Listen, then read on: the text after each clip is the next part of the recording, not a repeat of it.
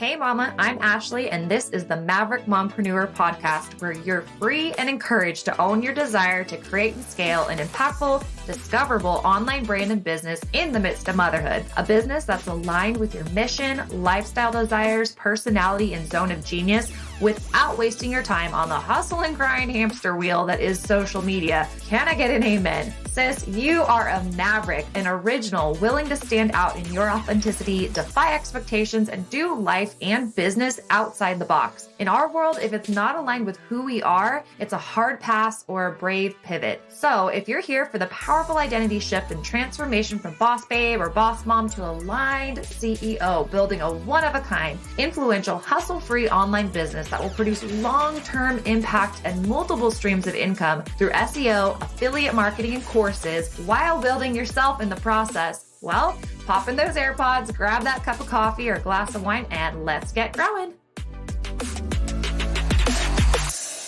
Hello, Mavericks. I'm so excited to introduce you to our illustrious guest for the day. And I'm so honored that Heather Shriver Burns is here. Heather has been an inspiration and a coach of mine for years and years. And I have her to thank for so much of where I'm at now. And we've been through lots together. And Heather, I'm just so glad that you're here. Thanks for coming on the show. Thanks for having me. Thanks for being here. This is going to be fun. So I have so many questions that I would love to ask you, but I would love if you could just tell us a little bit about your journey. So for those who are listening who have no idea who you are, how did you get started as a mompreneur or an entrepreneur? Yes. All right. So, well, that's where it got started when I became a mom. I had zero intentions of being an entrepreneur, owning my own business. I had no idea.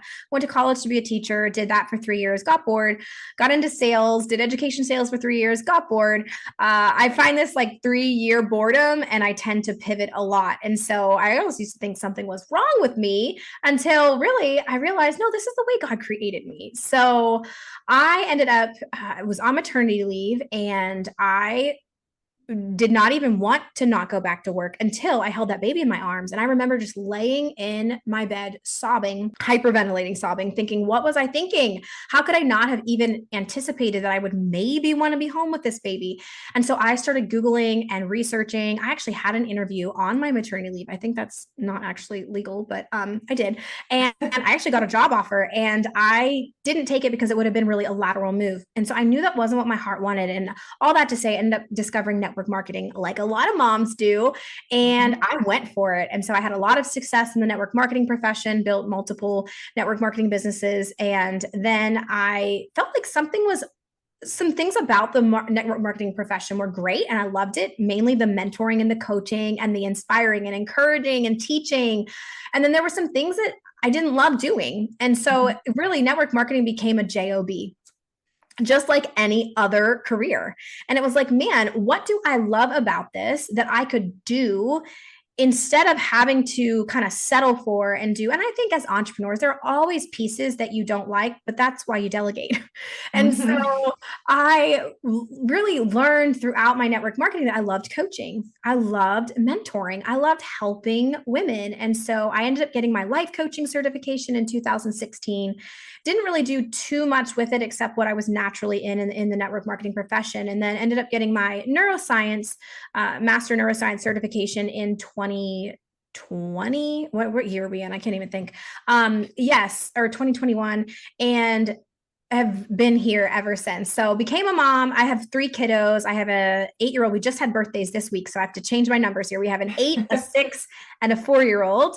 And we live in Pittsburgh, Pennsylvania, which I never thought I would live back here. I've lived in Arizona and Texas, but that's me in a nutshell. And she's being very humble because when we say built successful network marketing businesses, I mean like the top of the top.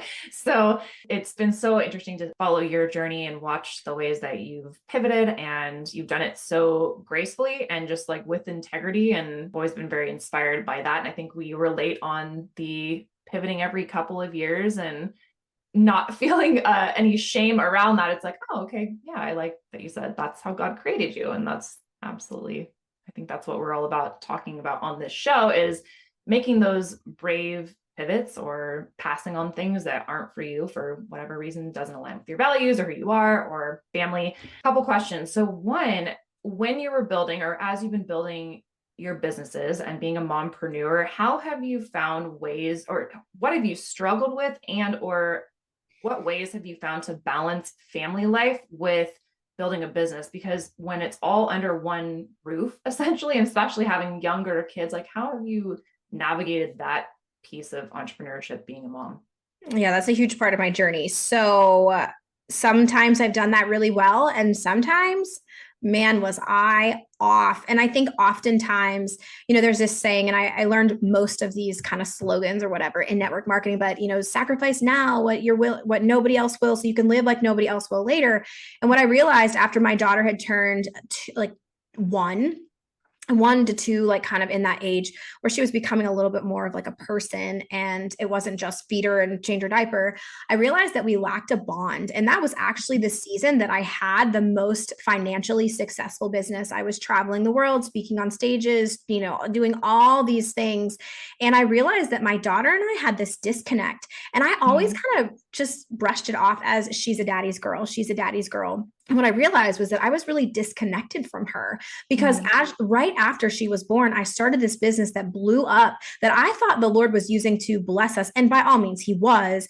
But I kind of took it to this nth degree, like, this is my calling. This is like everything I was created to do, really neglecting and not neglecting from I didn't feed them or, I didn't take care of them. But from an emotional perspective, I was unavailable.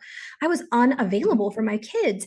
And I realized as my oldest, he's now 8, but he would start to say, Mommy, you're always on your phone, Mommy. And he would start to say these things and it would literally be like nails on a chalkboard to me. But the truth was I was. And so I had to really slow down and be like, what are you doing? You're building these businesses for the sake of your family at the neglect of, and you're really sacrificing your family. And so it was, you hear as a mom, they're only little once, they're only so, and that's so true. And so I knew some things had to change when I realized that I was putting my business before my family in the name of doing it for my family. Right. I'm glad that you brought up this point because I feel like that's a place where a lot of us find ourselves and it's almost hard to take that look in the mirror and think, whoa, and some people continue doing it forever and pretend that they're not. And so yeah. I think someone said something the other day and I can't remember where this was from or I'd give credit, but their statement was that energy is a more important resource than our time. And at first I disagreed, but as you were speaking, like, no, that's really it because we only have so much time, but we also only have so much energy. And even if you're around your kids, you're spending time with them, but the energy and the connection and that really is the most precious thing that, we can give our kids. And I know I never was quite as busy with network marketing as you were, but even just in the little bit of success that I had, I definitely fell into that as well. And, we think it's okay, we'll just do this for a year or just 2 years, but you never get that time back. So yeah, well, it's like you can be present in a room, but not present emotionally. I like that quote. Yeah. And I think, when I think back on why I behaved that way or why I made those choices, right? So many of those things were subconscious. I wasn't really thinking, it was subconscious and really in different businesses, it was different reasons. But, at the top, when I had a lot of pressure, I was doing that out of pressure, whether it was pressure of continuing at the rate that I was going or pressure to show up for everybody, pressure to be everybody's answer to everything. I mean, it was just all around pressure. And so maybe the mom listening to this thinking, man, I can relate. I feel like I'm sacrificing my kids. I just want to give you like a question to ask yourself. What do I feel pressure about? For me, in one season, it was, I feel pressure to make money. I have to make money. When I lost one of those businesses and had to build the third one, it was like, I have to do this. And so there was pressure involved. I just had this phrase the other day in a coaching call and I wrote it down. I feel like it's fitting for here, but it's like, pressure will rob us of the pleasure.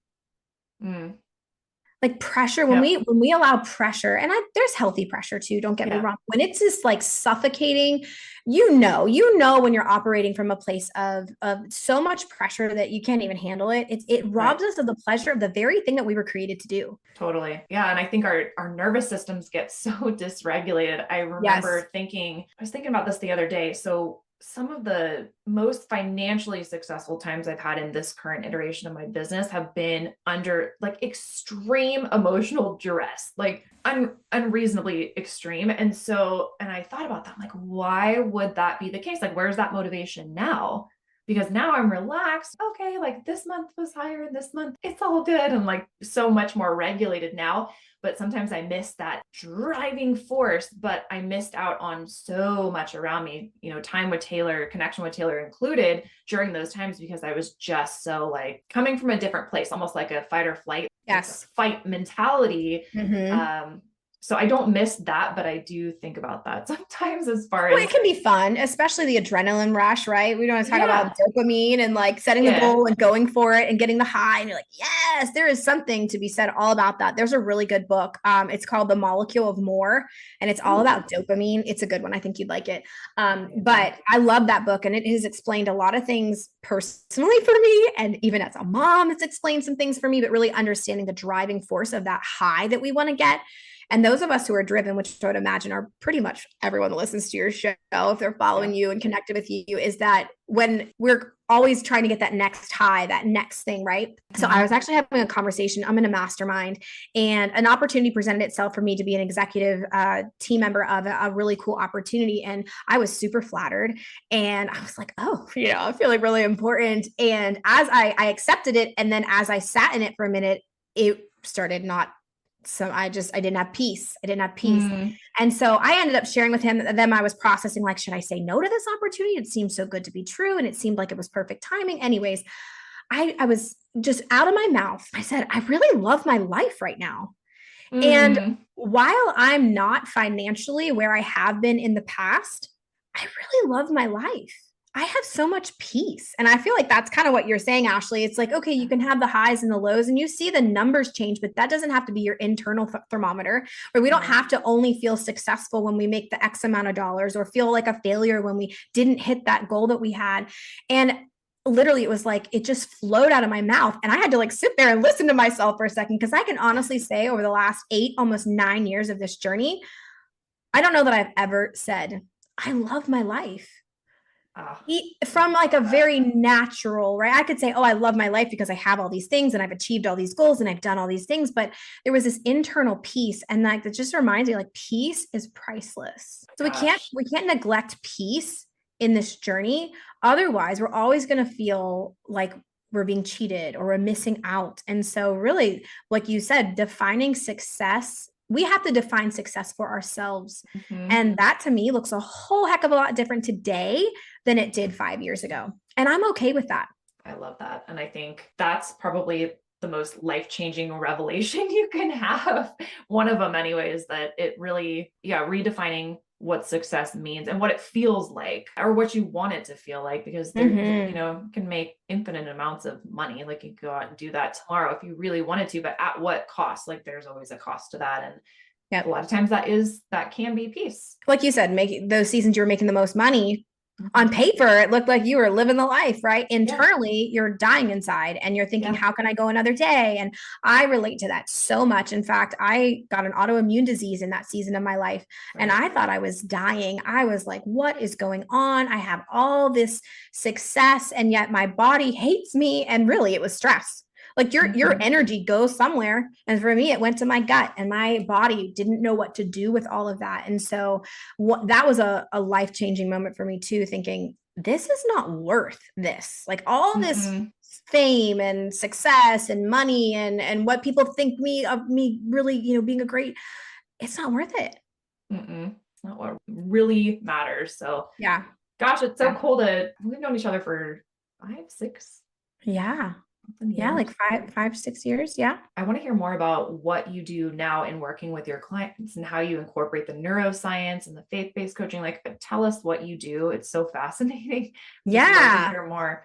Oh gosh. Well, in 2018, I lost the big business. That was kind of my trauma story. And then I'd already been coaching. And so I knew that that was part of where my heart really was leaning toward. But because I was comfortable in network marketing, I never made that big change and that pivot and that like cutoff to say, okay, I'm going all in for coaching. So anyways, in 2019, I went all in for coaching, laid down everything else. I had like 4 different businesses at one time, the multiple streams of income, which I totally believe in.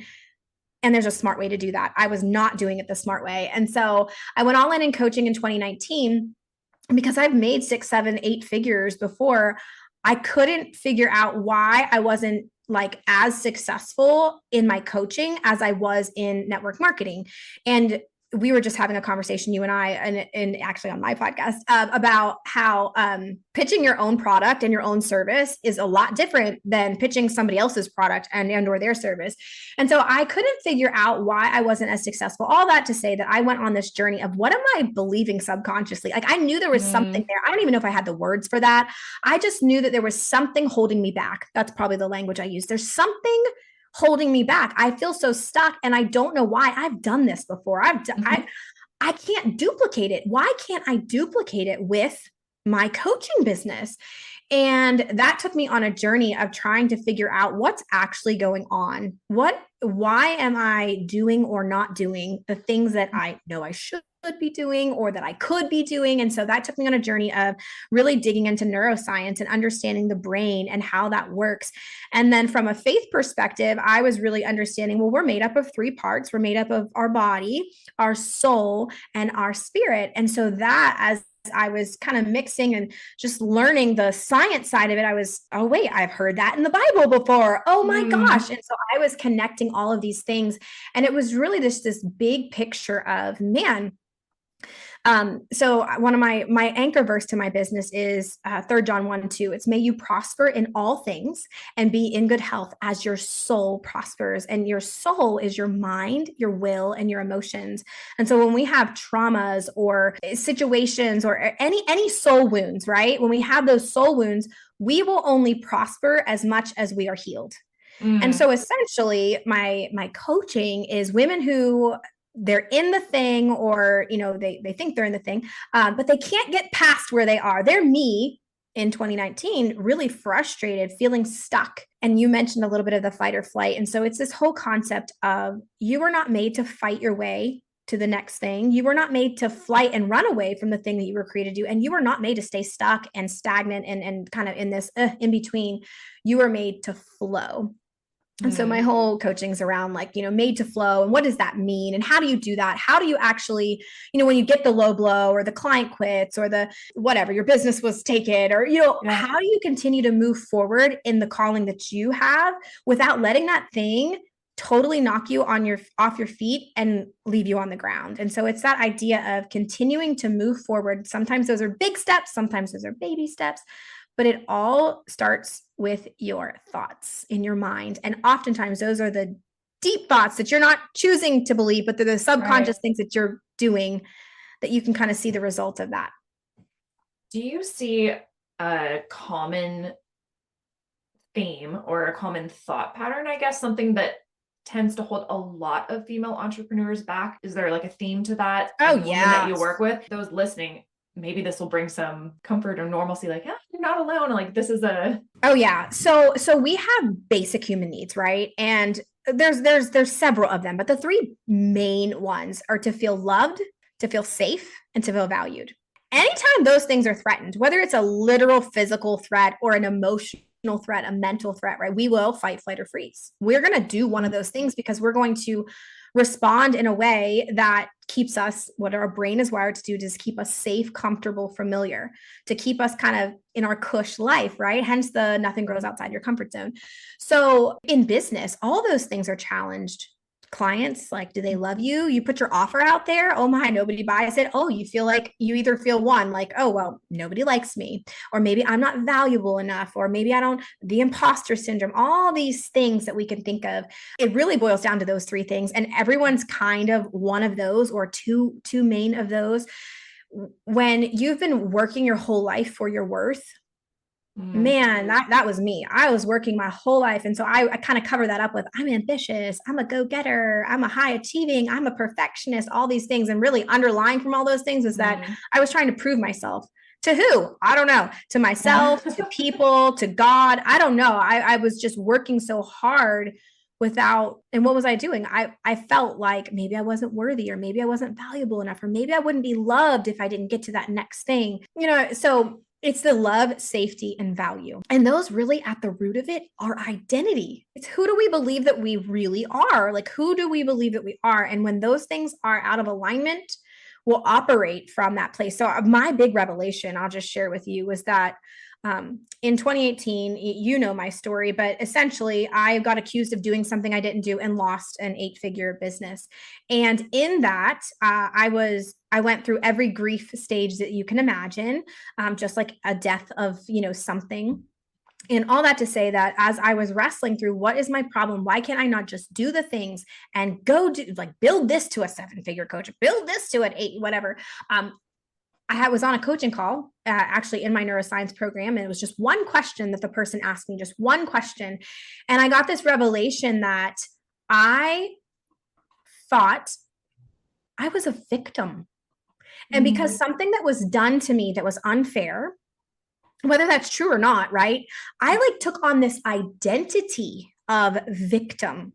Woe is me. And then the victim, right? Whether that's hide in a corner and protect yourself. I had a lot of protection mechanisms that I was doing. And in fact, I became fearful of success, which I used to remember people telling me that in the past, I'm fearful of success. I'm like, what is that? You are so weird. Like, us ambitious people, we don't relate to that until I related to it. And I thought, oh my gosh, I am sabotaging myself. I am self-sabotaging because I am believing the lie that I'm a victim because something was done to me. And so that really got me to see, wait, I have the power to choose what I believe about this situation, what I believe about myself, to really let me unleash, right? That fight, flight, or freeze. I fought my way, or I was running away, I was staying stuck. And it was like, no, I've created you to do this. You get to flow. You get to release that. You're not a victim. I mean, all of us have something. And the cool thing, Ashley, I just share this too, is that same concept that I got in trouble for something I didn't do. The Lord really showed me that in a season of my life as a child, I got in trouble for something that I didn't do. And so it was this repetitive, like a wound, a deep wounding. Yes, it was a wound. It was a wound in my soul. But again, not at the surface. I didn't really notice it, but he showed me that, oh, wait, you have some other times in your life that this happened. And so it was that scar, or not even a scar, it was like a scab, and it was pouring salt in it. But I didn't even know I had a scab. I didn't even know it was there. And so these are the things that I help women identify. What is it deeply rooted that you're seeing the fruit of those roots?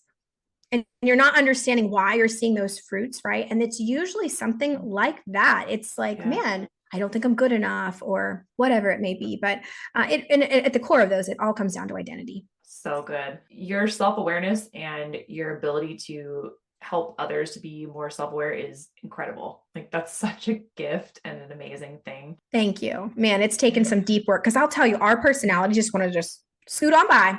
Nope, I'm not going to. Yes. And I always tell women, you have to slow down to speed up. I think you know that. I've watched your journey. I watched you in the moments you even feel like you can't slow down, you still have a choice. And in order to really speed up, you have to be willing to take a look at those deep parts of your heart and your mind that maybe we've just I always say, we just swipe it under the rug because we're just going to keep on going. But there's gold there. There is some freedom and breakthrough in those things that we ignore. And so if we can just slow down to get curious about, why do I feel the way that I feel? Why am I doing what I'm doing? Why am I not doing what I'm doing?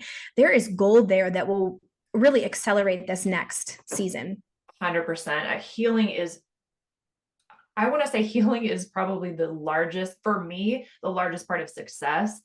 In 2020, I shared this. I think I've shared this with my listeners before. I'm not sure. If I haven't, you guys, I'll tell you. The first year or so, I remember just not addressing anything at all, just kind of barreling through and blinders on and not looking internally, doing survival mode. Yeah. And then in 2020, and I made, I was doing okay, I guess. And then 2021. So 2020, I think, was the year that I launched this business. And then in 2021, I invested more, I can't even, tens of thousands of dollars in therapy and life coaching.